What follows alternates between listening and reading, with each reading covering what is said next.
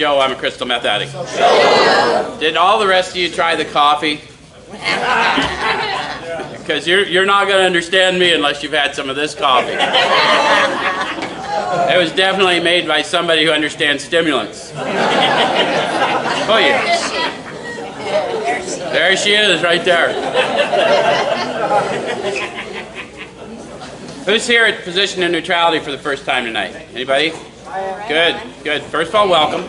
And second, let me warn you in advance, you're liable to experience us just a little different than other meetings of other fellowships you may have attended. The primary reason is that we intend for you to have a different experience here. We've been doing the very same thing for a long time now. We just take a look at the suggested instruction for a step or so a week directly out of this book. And the book I'm holding up, although you may not be able to tell it, is a copy of Alcoholics Anonymous, the story of how many thousands of men and women have recovered from alcoholism, otherwise known in the fellowship of Alcoholics Anonymous as the big book, right? So we use that book in Crystal Meth Anonymous. Why? The process described by the author of this book has been proven to work with alcoholics of the hopeless variety, addicts of the hopeless variety. Does that make sense to you, why we would look at their experience? Yes. So what happens here is not really a teaching. I'm no teacher, but what I can do is I can show you how I find my experience in the book, and I can encourage you to have your experience with the book, and together we'll share a spiritual experience in this room tonight if we both do our job. Do you want to do that? Yes. How many of you have been here before and can witness that that does happen? Oh yeah. Oh yeah. So if you don't know or you haven't been told, in 12-step recovery, when we speak of a spiritual experience, we're speaking of a sensory experience. You will feel it, and when you do, I'll know and I'll call it to your attention, because we teach you to talk to you about the power we call God without giving you a demonstration of the power. Does that make sense? Yes. Yep. So why do we use Crystal Meth Anonymous? Because they don't have a singleness of purpose. We want everyone to know they're welcome here. I think that's all the housekeeping matters we need to do. Oh, the camera. Originally the camera was because Jay reaches a lot of people, and his website reaches a lot of people that can't otherwise be here. We also have a fraternal group in Edmonton, Canada, who joins us in this lesson. So the message is growing, and we share that with them. Matter of fact, the people in Edmonton are the ones that gave us this book. That's why we're using the book that you can't see, because of their cover they put on it. So let's get going tonight. We're going to take a look at step 4. How many of you have some preconceived notions about step 4? Yeah. I go back and do it often. How many of you have feared step 4 before you did it, or are fearing it now? I think part of the reason is we don't, either people are unable to comprehend, or we're not telling them clearly enough why anyone would do this inventory. Where do we find this power we call God? Deep down inside. Deep down inside. And how do we find it? Sometimes we have to search fearlessly. So the reason we suggest that the first step of action would be a searching and fearless moral inventory of me is I desperately need power in my life, or I'm going to return to that destructive life I had. Anyone relate to what I'm talking about? So the reason we do this inventory is it's going to reveal to me this power through me. Does that make sense? And it's going to present to me, according to the authors, the way it did for them, as power, peace, happiness, and a sense of direction. Not a concept. Power, peace, happiness, sense of direction flowing into them. So the reason we do this is because most of us like a flow. Anyone relate to a little bit of a flow? Where's my IV addicts? You guys know the flow? Okay, so we're going to start on page 63 of the book. We're in the chapter How It Works. And the authors start out by describing what they did. You got to understand that when they talk about we on the steps on the wall, we're talking about we in this book in the early pages. They're talking about the first 100 who have recovered and their witness of the first several thousand. So when they tell you what they did, they're not necessarily telling you about your experience. They're telling you about their experience. And if you've had a different one, that doesn't make theirs false. Does that make sense? Yeah. And it's important that we know that. And if you want to argue with them, they're all dead. So you'll anyway, so it says, next we launched out on a course of vigorous action.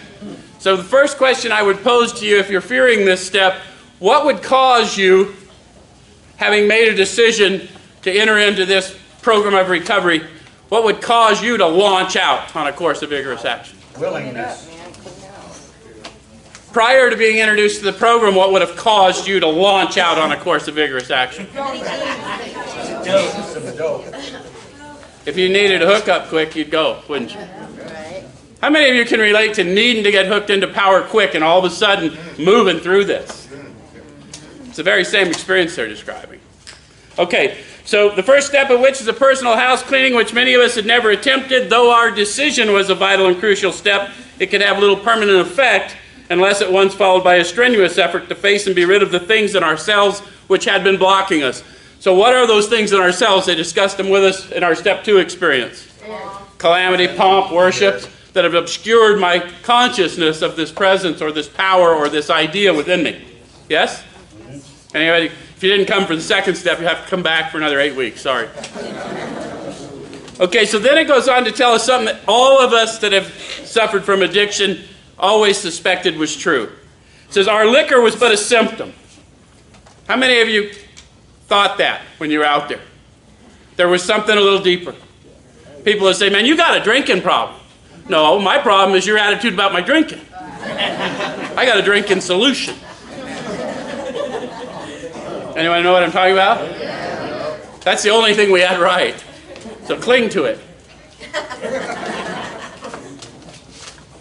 If I didn't have alcohol, methamphetamine, cocaine, heroin, if I didn't have those things to invoke a spiritual experience, I probably would have blown my brains out. Because I needed the spiritual freedom they provided. So I'm not going to survive long and happy if I don't find something that replaces that, am I? Which is what this program reveals to us through us. Okay, so then we had to get down to causes and conditions. Therefore, we started upon a personal inventory. This was step 4. A business which takes no regular inventory usually goes broke.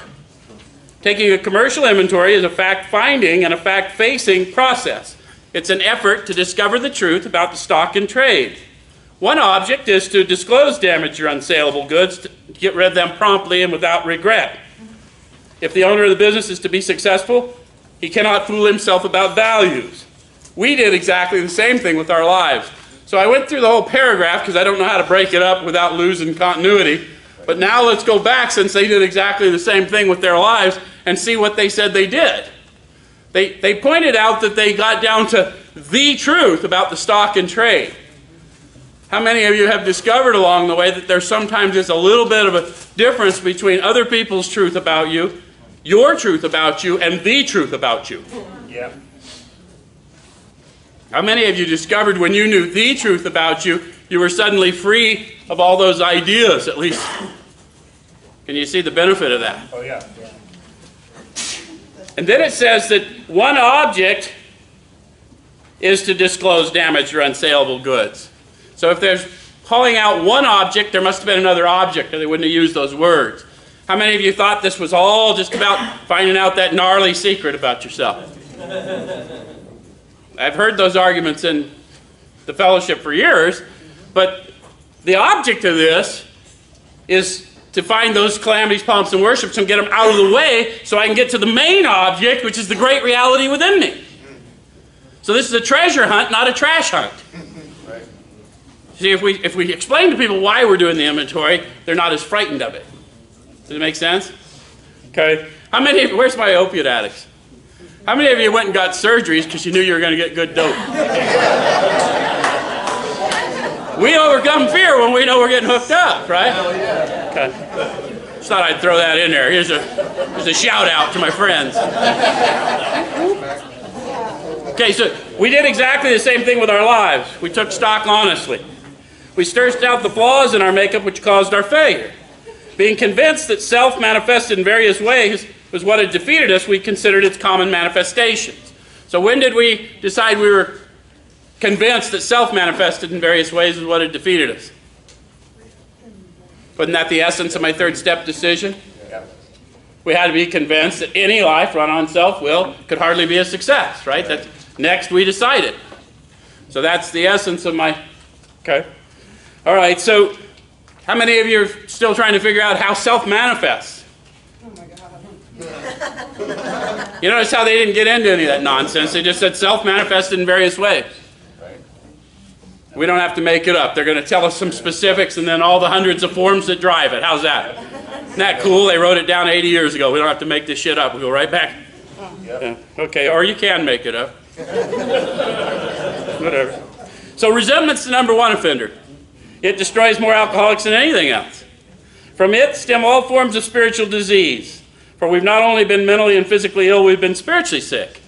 How many of you have trouble with that idea of being spiritually sick? A lot of times our atheist and agnostic tendencies don't like us to lean into those directions, do they? But can you admit that you've maybe not taken as good a care of yourself as you might have? That you isolated away from others? Okay. Have you ever noticed how you're enthused when you see certain people? No matter how bad you felt, you feel a little enthusiasm. All of those words are ancient root words that talk about that spirit within us.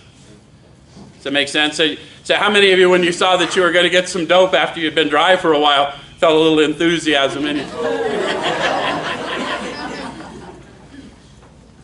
So it's not that odd that we would need something spiritual. Again, we've been spiritually sick, and the obvious thing is I keep having to invoke more and more powerful spiritual experiences through me of a synthetic form. Any of you go from alcohol to opiates to, where's my whatever? Yeah, whatever you need to do.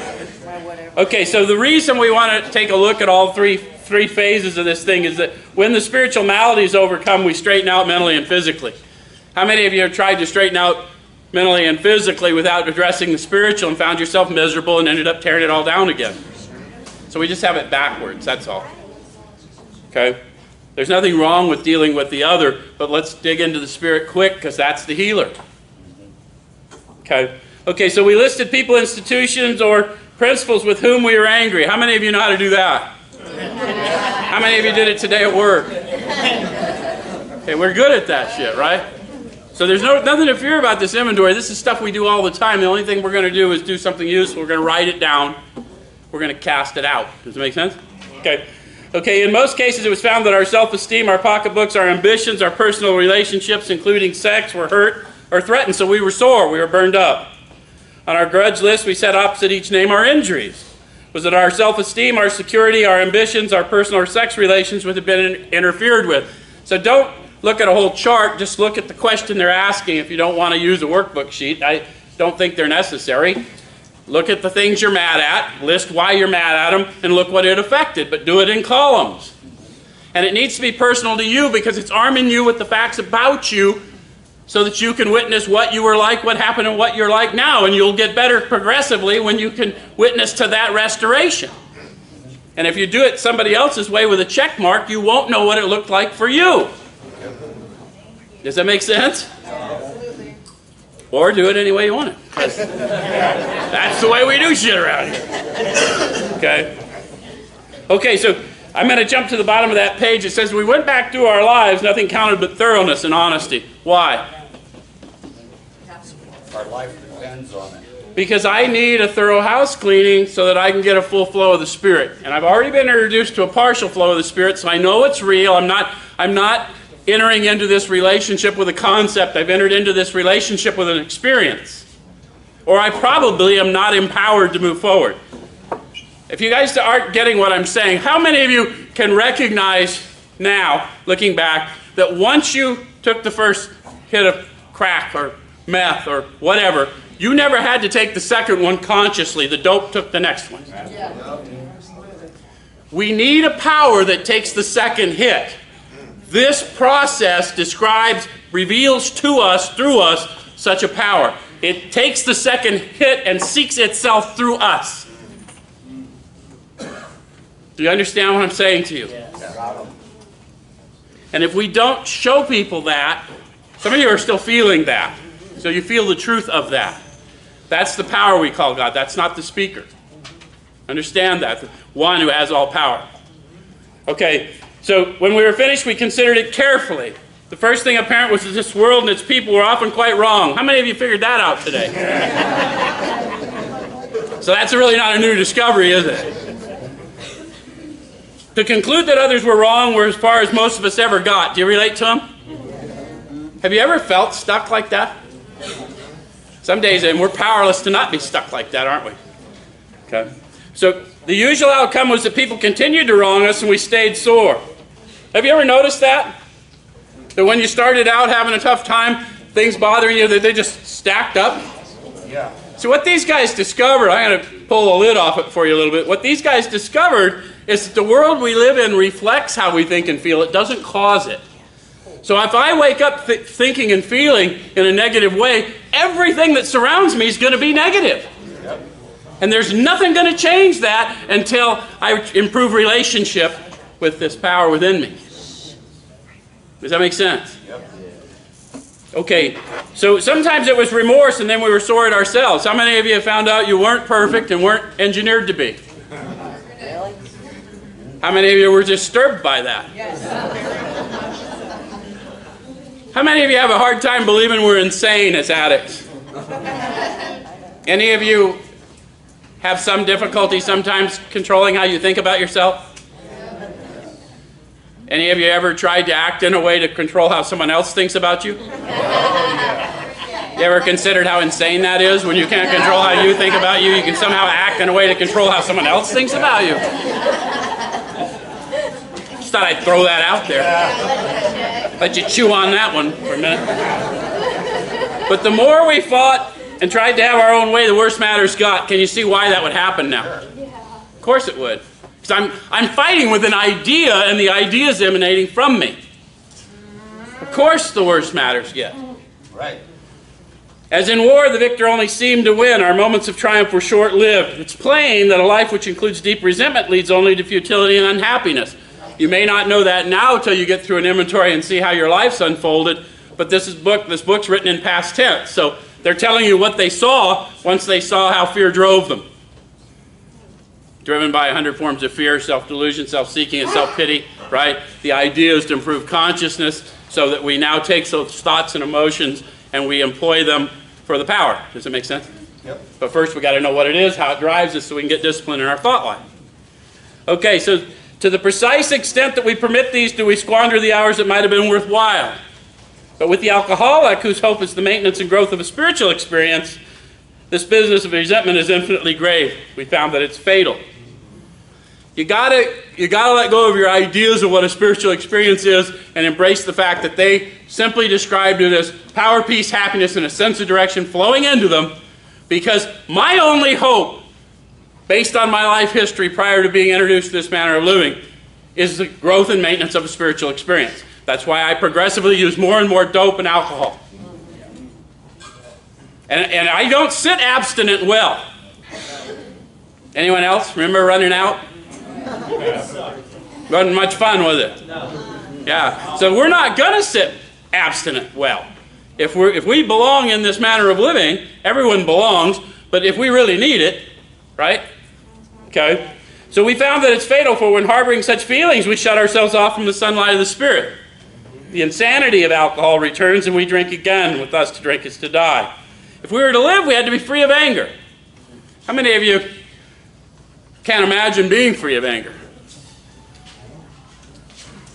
How many of you have experienced freedom from anger and now know what, not only is it possible, but when people talk of miracles, I can list at least that one. Yep. Right? Okay. Not all the time, right?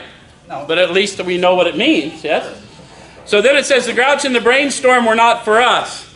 So now they're talking to, by their experience, how they perpetuated this insanity going on within them, the grouch and brainstorm. So how many of you can relate to just griping about stuff? Yeah. And what are we griping about usually? Typically the externals, right? And the fact of the matter is I'm griping about an external, the meaning of which is being projected on it from me. Yeah. So if I don't discipline my thought life, it's not likely to improve, is it? No. Anybody ever get mad at somebody because the way they treated you and they really treated you wrong? Then you didn't see them for a year and you were still mad?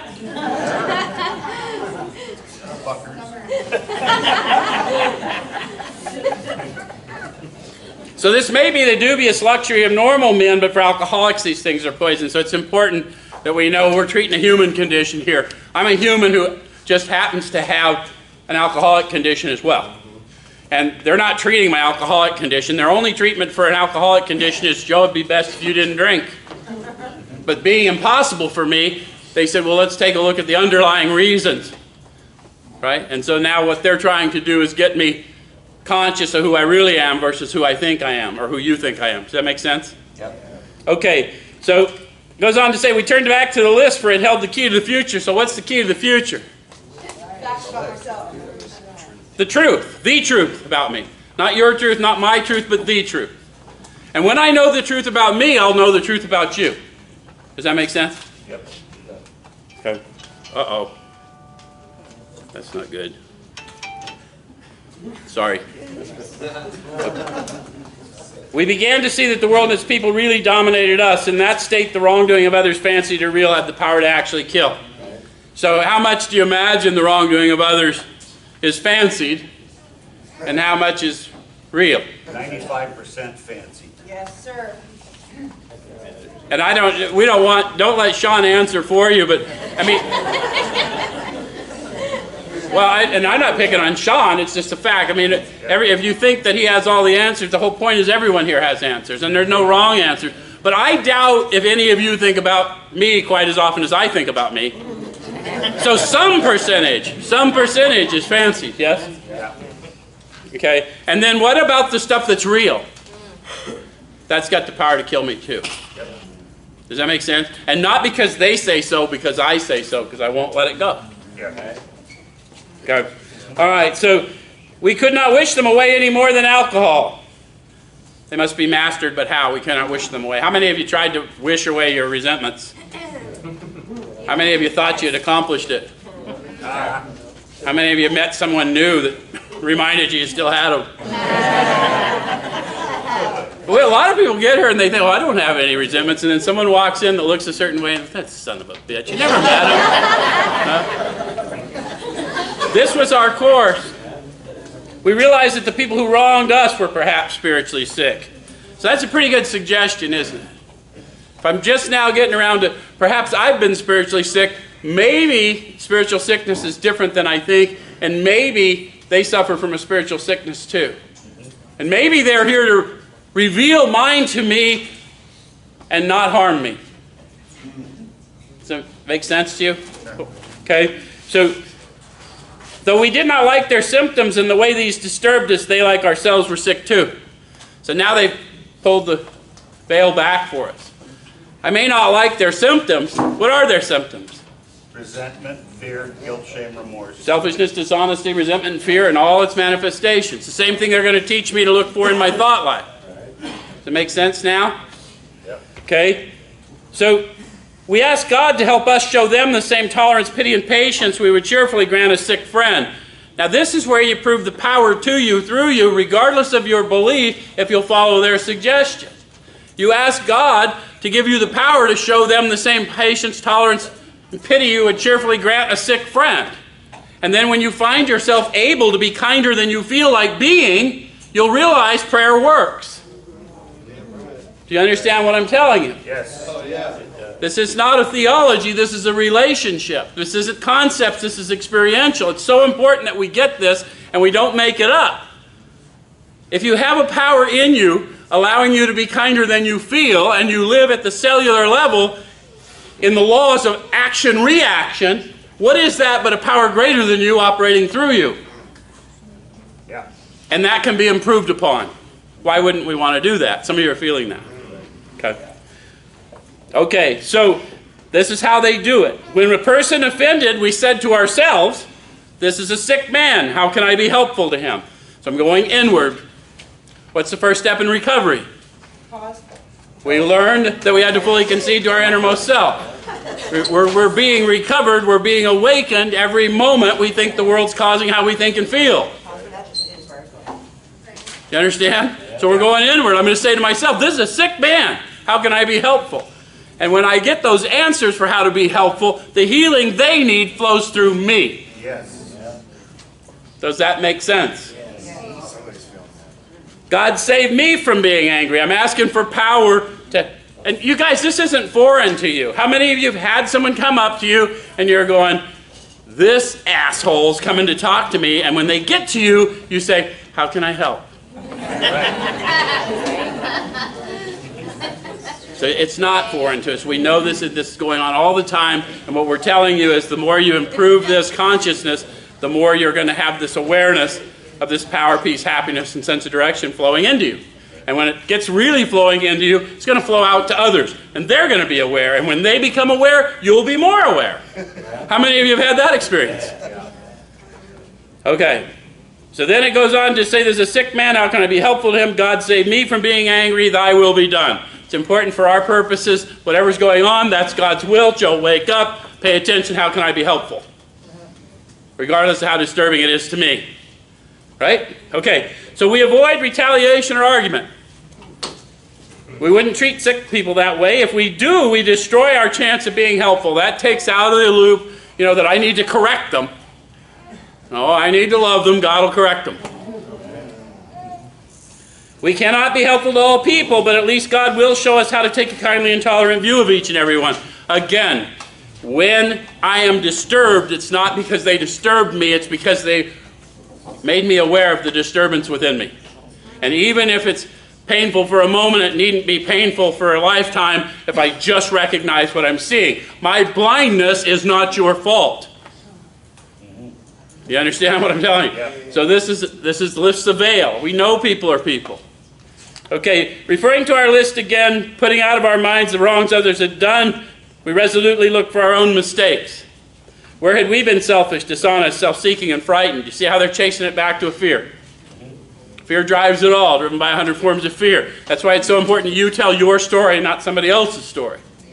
Not important for anyone else, but for you initially, and then for everyone else you encounter, because you're only authentic when it's you. No one can be a better you than you. Though a situation had not been entirely our fault, we tried to disregard the other person involved entirely. Notice how they said tried. That can be very difficult, can't it? Yep. That's how we grow in consciousness of a power greater than us operating through us, quite frankly, because in fact it was impossible for many of us. How many of us faced all kinds of problems because we weren't able to let anything go? Where were we to blame? The inventory was ours, not the other man's. When we saw our faults, we listed them. We placed them before us in black and white. We admitted our wrongs honestly and were willing to set these matters straight. Notice the word fear is bracketed alongside the difficulties with Mr. Brown, Mrs. Jones, the employer, and the wife. This short word somehow touches about every aspect of our lives. It was an evil and corroding thread. The fabric of our existence was shot through with it.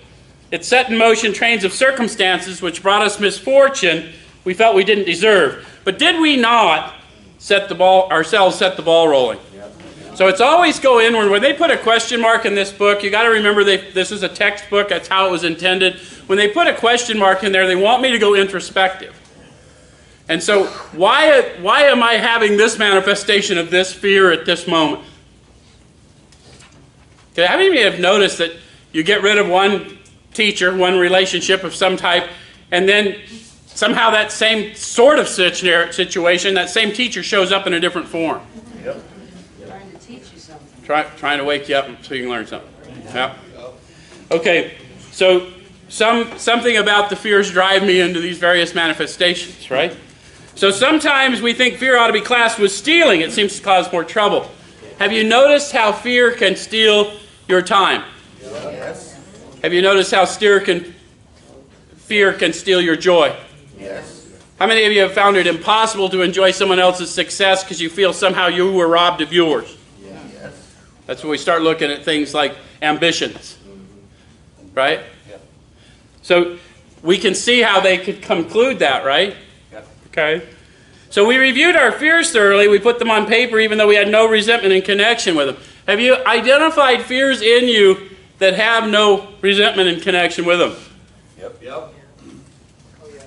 Have you started to recognize how those fears drove you? Are all of you on that page? How many of you have had some depression? Did it seem inexplicable to you and others? Did you realize that it was a real force, though? People that really have depression, and all of us in addiction at one time or another we're we're going to experience some. Some people really just experience it, but have you experienced it? That's a fear that doesn't necessarily have a resentment in connection with it, isn't it? It's anger without enthusiasm, huh? Do you find yourself just stuck in it? Okay. So we ask ourselves why we had them. Have you ever asked yourself why you had those fears? Yeah, and there's no right or wrong answer. Where's my drinkers in here? Did you guys ever like stay at the bar like all by yourself and the bartender until the summit closed, no matter how sick you were because you're afraid you're going to miss something? You ever wondered how many other ways that fear... Have you ever not been really good at committing to things because you're afraid you're going to miss something? Do you see all the various ways that affects you? Okay. That's why we kind of want to know, because if we can outgrow those fears, perhaps we can be a little more stick to it, huh? Okay, so wasn't it because self-reliance failed us? Have you had that discovery? Yeah. You relied on yourself and then you let yourself down? Self-reliance was good as far as it went, but it didn't go far enough. Some of us once had great self-confidence, but it didn't fully solve the fear problem or any other. When it made us cocky, it was worse. So now they've told me as a human, my main problem is what? My mind. My main problem is a fear problem, right? Sinner's in the mind, but it's always driving me some direction. Yeah? Perhaps there's a better way. We think so, for we're now on a different basis, the basis of trusting and relying upon God. It's so important. By the time they tell us this, they know God to be an experience, not a theology. So you've got to get this. God in recovery is the subject of our experience, not the object of our belief. If you don't know the tangible experience of the power we call God, then we need to introduce you. And then it will make sense, because that power is the teacher. Does that make sense? Okay. So based on that, their life is now on this different basis, trusting and relying upon this power within them that presents as power, peace, happiness, and a sense of direction. Does that help you understand better? Okay, so we trust infinite God rather than our finite selves. We're in the world to play the role He assigns. How many of you would have to admit that at some times it seems like we got a rather shitty assignment? That attack will come, but then I pose to you, who better to meet that assignment than you? Who is better at playing the role that is your life than you? Yeah. Particularly if we get you free of you, so you're free to be you. Is that making sense to you? If I get free of my thoughts about me, yours or mine, and just move in my intuitive nature, likelihood is I'm going to enjoy my time more and I'm probably going to be more effective. Does that make sense? Okay. So just to the extent that we do as we think He would have us and humbly rely on Him, does He enable us to match calamity with serenity? That'd be a handy little trick for us meth addicts to know, huh? How many of you have been in a little calamity in your life? Okay, so we never apologize to anyone for depending upon our Creator. We can laugh at those who think spirituality is the way of weakness. Paradoxically, it's the way of strength. So we're laughing at the idea of it, right? Because we know what our life was like. If we've done this stuff, we know what I was like, what happened, what I'm like now. It's silly to think that my reliance on this power is silly and weak. It's silly for me, because if I don't rely on this power, then everything's an assault all the time. You ever notice how unpredictable events are? You got to get what we're really treating here. We're treating a control addiction, right? The idea that he will control and enjoy his thinking is the great obsession of every abnormal thinker.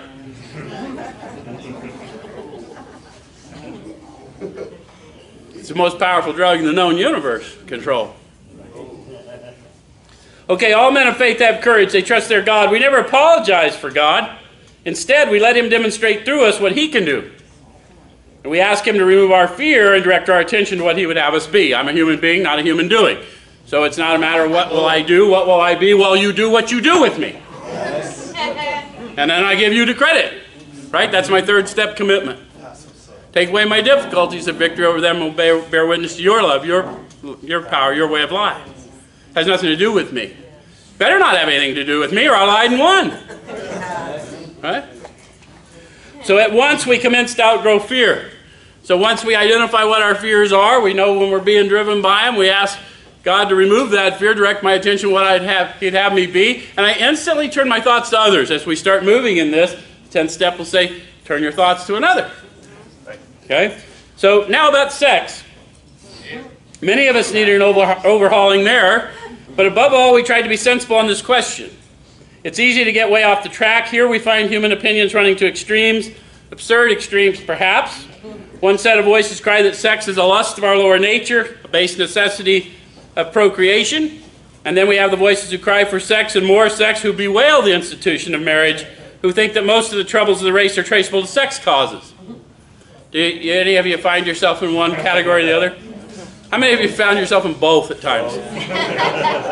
Remember when they said the alcoholic's an extreme example of self-will run, right? Yeah. You know, from pillar to post, that's what most people would consider extreme.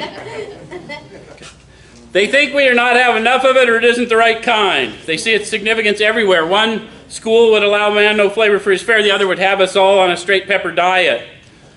The biggest bit of advice they give us as people trying to grow spiritually, and we often gloss over it, we want to stay out of this controversy. Yep. Just because I want to doesn't mean I'll have the power to. Right. But it's a reminder that I want to stay out of it, and then I'm going to seek power to. Does that make sense? Yep. We do not want to be the arbiter of anyone's sex conduct. Second reminder. Now, why do I not want to be in charge of all your sex conduct? Because we all have sex problems. We'd hardly be human if we didn't.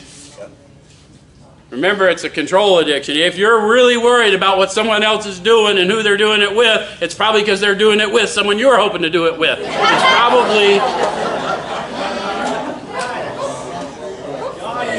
So we need to bring it home. Okay.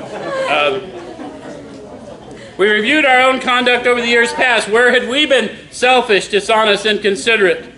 Whom had we hurt? Did we unjustifiably arouse jealousy, suspicion, or bitterness? Where were we at fault? What should we have done instead? We got this all down on paper and looked at it. You're going to want to start looking at that as you start getting disciplined in the manner of living, because this is really the essence of your 10th step for a lifetime. It's, you know, this isn't really about sex relations. They'll tell us that. It's about all relationships. My relationship with Creator is my relationship with creation. My relationship with creation is my relationship with Creator. If I'm disturbed in creation, check in with Creator. Okay. So we got this all down on paper and looked at it. In this way, we tried to shape a sane and sound ideal for our future sex life. How many of you want a future sex life? Yeah. 8 of you. Yeah. The rest of you are lying. Cowards. I know we get a little squishy when this topic comes up. How many of you would like to have a sane and sound ideal for whatever your future relationships look like? Yeah. I don't understand why everyone doesn't want to do this when they understand what the product is.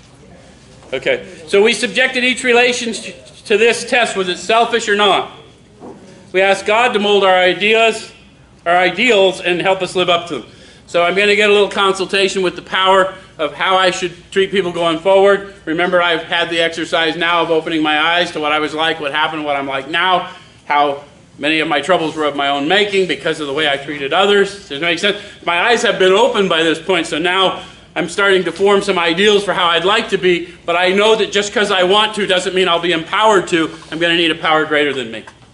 Does that make sense? Yeah. This is still not theology. This is relationship.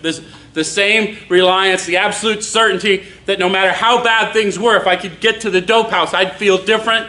Yeah. Now I'm growing in that kind of certainty about this power and outcomes. Does that make sense? Some of you are feeling that. Okay. So we remembered always that our sex powers were God-given and therefore good, neither to be used lightly or selfishly, nor to be despised and loathed. Whatever our ideal turns out to be, we must be willing to grow toward it. Notice how they didn't try and point us in any particular direction? They have that much confidence in the power. The power in you will reveal to you who you are to be. And then with conscious relationship, you'll grow into that person in an active life for trying to help others. Does that make sense? Yeah. The reason we bear witness to this power is for the benefit that the power flowing through me provides. If you get what I'm trying to get to you, and I know I'm inadequate with the words, if you get what I'm trying to explain to you, you'll understand why I'm doing this, and you'll be doing it too. Because whatever all of you came in here needing tonight, I'm getting a hit of it on the way by. So what you're saying is you get buzzed up. I get a little buzz, yeah. Even more than that coffee I was drinking. Okay. So we must be willing to make amends where we've done harm. Now, guys, this is a suggestive book. When they say we must be, they don't really mean we must like this is a rule. That's not the kind of people they were. It's like a no-brainer. Of course I'm going to be willing to make amends where I've done harm. That's how I'm going to get spiritually fit.